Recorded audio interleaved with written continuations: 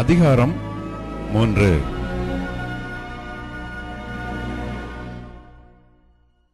என் சகோதரரே, அதிக ஆக்கினையை அடைவோம் என்று அறிந்து உங்களில் அநேகர் போதகர் ஆகாதிருப்பீர்களாக.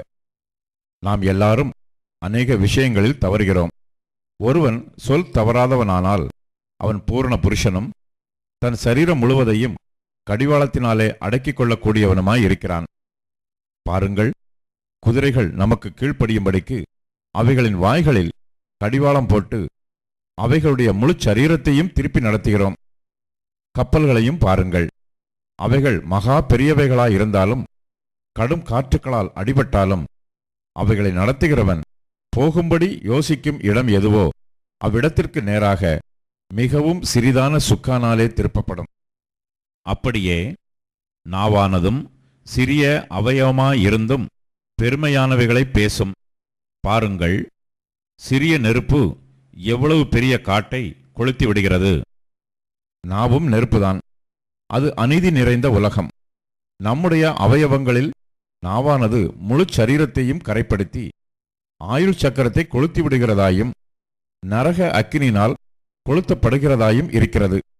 சகலவிதமான மிருகங்கள், பறவைகள், ஓரும் பிராணிகள், நீர்வாழும் ஜந்துக்கள் ஆகிய இவைகளின் சுபாவம் மனுஷ சுபாவத்தால் அடக்கப்படும், அடக்கப்பட்டதும் உண்டு. நாவை அடக்க ஒரு மனுஷனாலும் கூடாது. அது அடங்காத பொல்லாங்குள்ளதும் சாவுக்கேதுவான விஷம் நிறைந்ததுமாயிருக்கிறது. அதனாலே நாம் பிதாவாகிய தேவனை துதிக்கிறோம். தேவனுடைய சாயலின்படி உண்டாக்கப்பட்ட மனுஷரை அதனாலேயே சபிக்கிறோம். துதித்தலும் சபித்தலும் ஒரே வாயிலிருந்து புறப்படுகிறது. என் சகோதரரே, இப்படி இருக்கலாகாது. ஒரே ஊற்றுக்கண்ணிலிருந்து தித்திப்பும் கசப்புமான தண்ணீர் சுரக்குமா? என் சகோதரரே, அத்திமரம் ஒலிவ பழங்களையும் திராட்சை செடி அத்திப்பழங்களையும் கொடுக்குமா? அப்படியே உவர்ப்பான நீரூற்று தித்திப்பான ஜலத்தை கொடுக்க மாட்டாது. உங்களில் ஞானியும் விவேகியுமாய் இருக்கிறவன் எவனோ அவன் ஞானத்திற்குரிய சாந்தத்தோட தன் கிரியைகளை நல்ல நடக்கையினாலே காண்பிக்க கடவன்.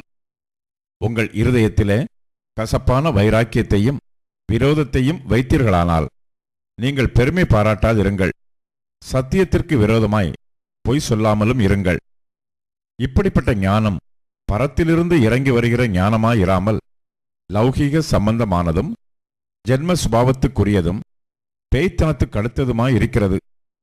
வைராக்கியமும் விரோதமும் எங்கே உண்டோ அங்கே கலகமும் சகல துர்ச்செய்கைகளும் உண்டு. பரத்திலிருந்து வருகிற ஞானமோ முதலாவது சுத்தமுள்ளதாயும் பின்பு சமாதானமும் சாந்தமும் இணக்கமும் உள்ளதாயும் இரக்கத்தாலும் நற்கனிகளாலும் நிறைந்ததாயும் பட்சபாதமில்லாததாயும் மாயமற்றதாயும் இருக்கிறது. நீதியாகிய கனியானது சமாதானத்தை நடப்பிக்கிறவர்களாலே சமாதானத்திலே விதைக்கப்படுகிறது.